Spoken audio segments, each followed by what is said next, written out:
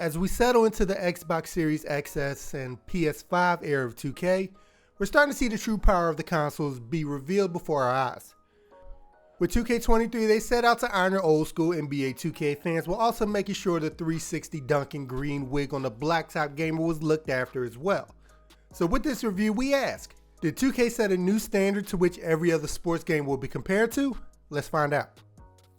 I remember thinking a few years back, would gaming ever get to the point where it literally was impossible to tell apart from an actual TNT or ESPN broadcast that I was controlling Joel Embiid right now? Well, we are definitely not there yet, but the addition of the signature movements for a lot of the NBA stars has me in awe and more realistic to my lofty goals. So the one area 2K deserves a special shout out in is in its presentation. The way the players move like themselves is amazing. Even smaller stuff like screen wipes and more replays in game to bigger things like, man, just boot up the first game of the Jordan Challenge and see for yourself. The amount of love and care the people behind this game put into you getting that fuzzy feeling deep in your stomach is amazing. As far as the actual play on the basketball court, the developers have made another stride as far as realism is concerned. The addition of scoop shots is such a fun thing to pull off in traffic, completely catching your defender off guard, and it's something I'm surprised we ever lived without, to be honest. Next, we're going to talk about the most controversial topic as far as gameplay is every year, which is the shooting. The game has adopted a bit of a green it or you're out of luck philosophy this year, which I'm sure is going to piss a lot of people off, but if left untouched, it's really going to have to force gamers to know their jumpers like the back of their hand. Maybe using the numerous different shot meters we have at our disposal this year, or turn it off, I don't know, will help you. It's funny though, because I've noticed a lot of people shooting like Shaq at the free throw line because of the same green or bust way the game plays as of right now. But since offensive rebounds are kind of crazy right now, I guess that makes up for it. But yeah, that also needs to be addressed ASAP.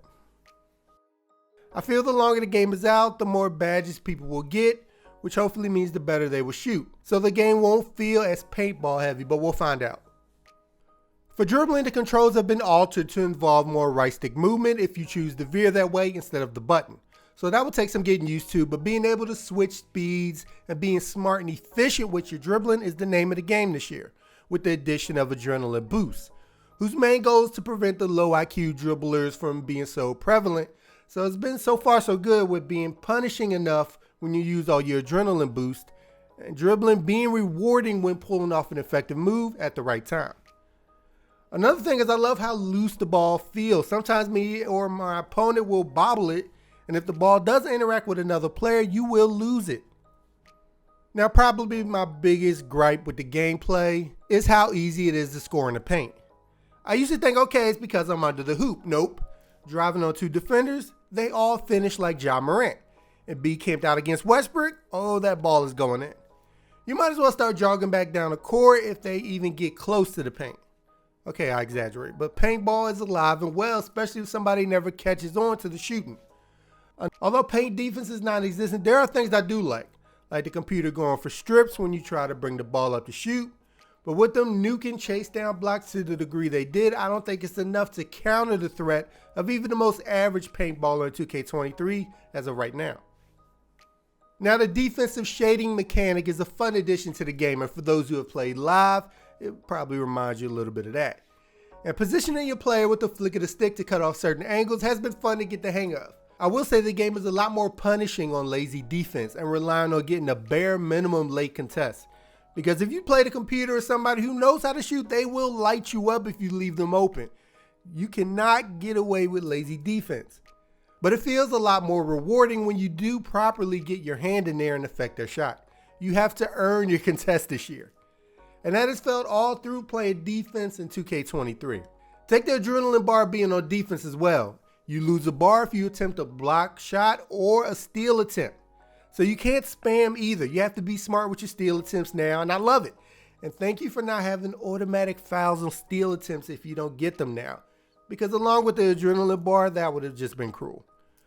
Playing against the computer, I always make sure how well do they play the pick and roll. Because if it's trash, it's less of a challenge because you could just spam that all day. So I'll say the computer does a good job on the roll man with the hedge defender and the hedge defender in general, making sure things stay in order. You're going to have to fake a shot to get them to jump, then pass to consistently get the roll man open. One annoying thing is the fact nobody else ever helps off to slow down the pick and roll, and more specifically the roll guy, which trickles down to playing users. So if I switch on to control the hedge guy, the roll man, if I slip up, gets a clean lane to the hoop way more often than I would like. Nobody is rotating consistently. On offense, once again, they do shine running plays and getting stars open for high percentage shots, and offer enough on the fly thinking to punish you because you didn't expect the computer to see something you did late in the possession. Another thing I'm sure for those who have played the Georgetown, North Carolina game, you notice just how dominant big men are. Under the computer's control, and I love it.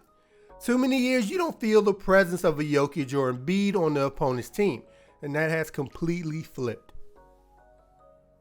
Now, MyNBA was already the best franchise mode in any sports game currently. The amount of depth it has in every aspect of basketball is untouched, blowing Madden, FIFA, NHL, and MLB The Show out of the water. And they didn't stop. 2K23 decided to write a love letter to lifelong basketball fans with the ability to play in any different era of the NBA. The Magic Bird era, the Jordan era of the 90s with the filters and the old school presentation, the Kobe era, or current day. This is something I can see many just stopping at 2K23 and play this for a few years. It's that deep with the rosters. Such a huge undertaking this was, and they nailed it. I remember it being cool when they let us use draft classes from back in the day, which you could seamlessly upload that year's draft if you want to play out one of the old school eras. But this is the last thing I expected to be added next. Such a fun experience. Now, when I first heard about the Jordan Challenge being back in the game, I wasn't that excited, because we've had it before.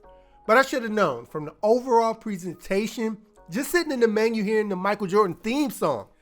I know it's not his theme music, but it's his theme music, let's be real. Getting dominated by Pat Ewing in the first game, the interviews before each challenge. The overall mode is an A+ and a lot of fun to relive different parts of Jordan's career. It only makes me wonder, could we get something like a Kobe challenge next year? Now, we all know the name of the game with 2K and MyCareer by now. You want a nice head start, you have to pay an extra $100 just to keep up with everybody else day one. Me, I used some of the 100,000 VC I received from the review copy to open some MyTeam packs and only got up to a 73. Whoops.